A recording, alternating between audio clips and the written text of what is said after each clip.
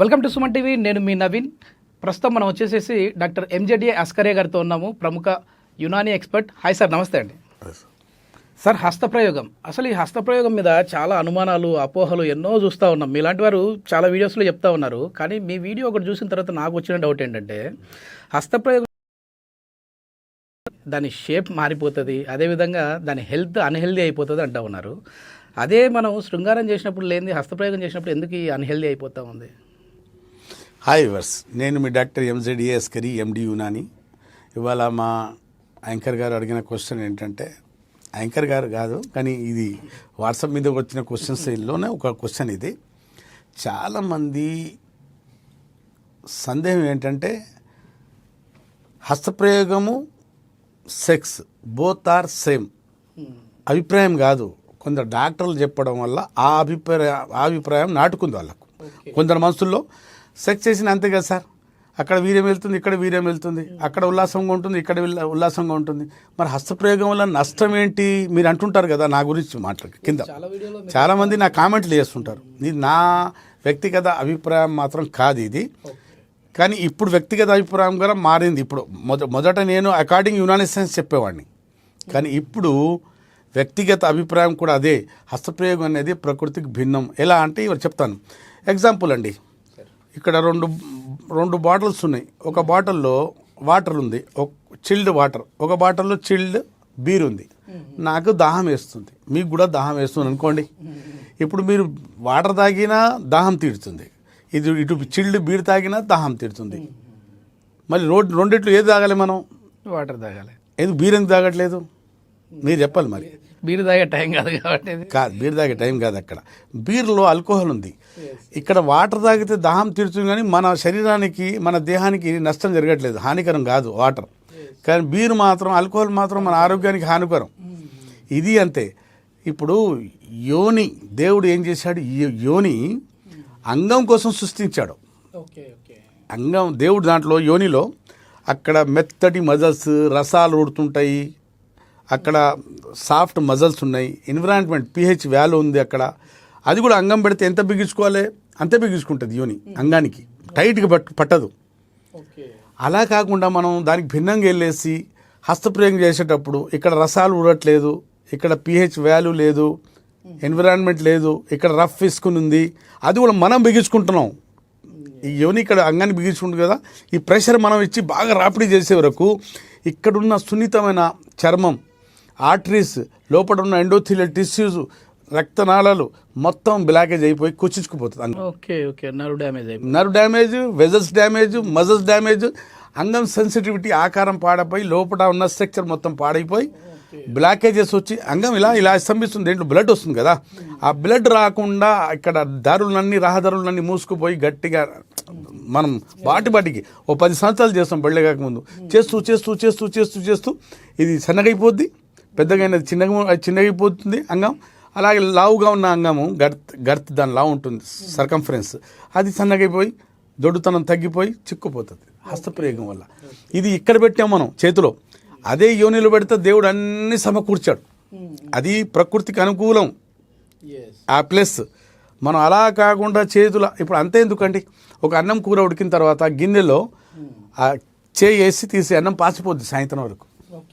అదే మనం గంటతో తీసుకుంటే, చెంచా తీసుకుంటే పాడు కాదు అన్నం. ఈ చర్మంలో కరిగించే శక్తి పెట్టాడు దేవుడు. మన ప్లేట్లో ఎప్పుడు అన్నం కొంచెం చేతులు సైజు చిన్నగా అవ్వడానికి కూడా ఇది కారణం. అయితే కారణం ఇది హస్తప్రయోగమే. అన్ని ప్రయోగాలు దరిద్రమైన ప్రయోగం ఏంటంటే హస్తప్రయోగమే.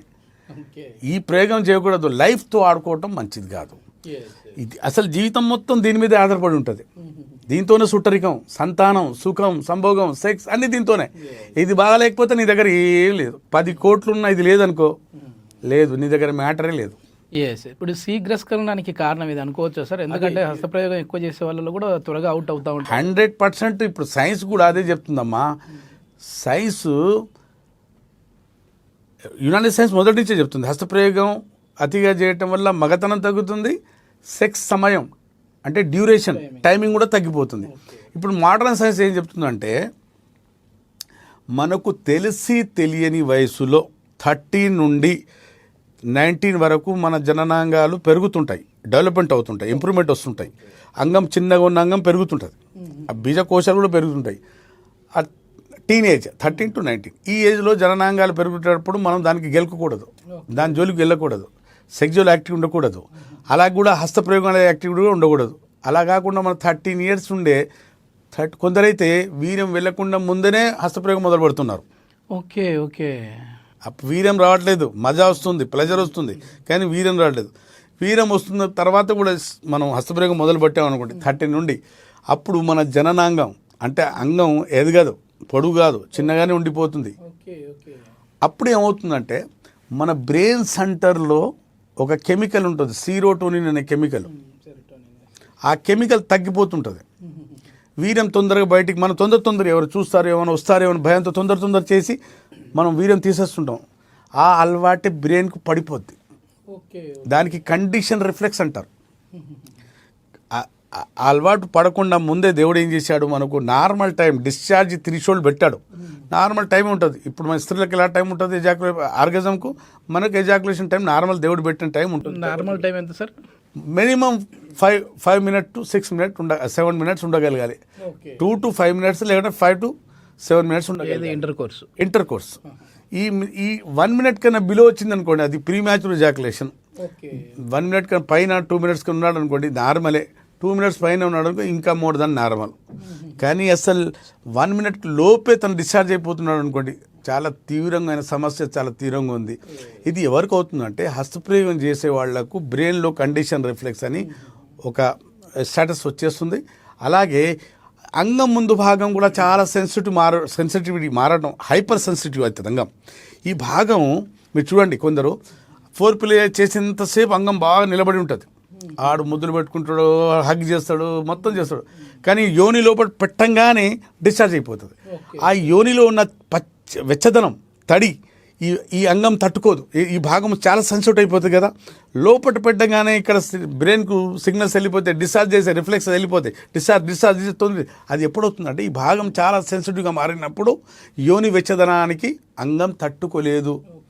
ఎందుకు తట్టుకోలేదంటే హస్తప్రయోగం చేయటం వల్ల ఈ అంగం షేప్ పాడైంది, సెన్సిటివిటీ పెరిగిపోయింది. సరే, ఇన్ని రోజులు మేము తప్పు చేస్తాం, మరి ఇప్పుడు వచ్చేసేసి యునానీలో ఏమైనా మెడిసిన్స్ ఉన్నాయని అడిగే వాళ్ళకి ఏంటి సార్? అదే కదా మన ఈ ప్రోగ్రామ్ చేసేది. అందుకోసం మీ హస్తప్రయోగం చేయడం వల్ల పెద్దగా ఉన్న అంగం సైజ్ చిన్నగా అయిపోయినా, దొడ్డుగా ఉన్న అంగం సైజ్ సన్నగా అయిపోయినా, సెన్సిటివిటీ బాగా స్పర్శ బాగా పెరిగిపోయినా, వీర్యం పల్సగైపోయినా, సెక్స్లో టైం తగ్గినా, పవర్ తగ్గినా, ఈ అన్నిటికీ మళ్ళీ నార్మల్గా పూర్తి వైభవం, పాత యవ్వనం తిరిగి తెచ్చుకోవచ్చు.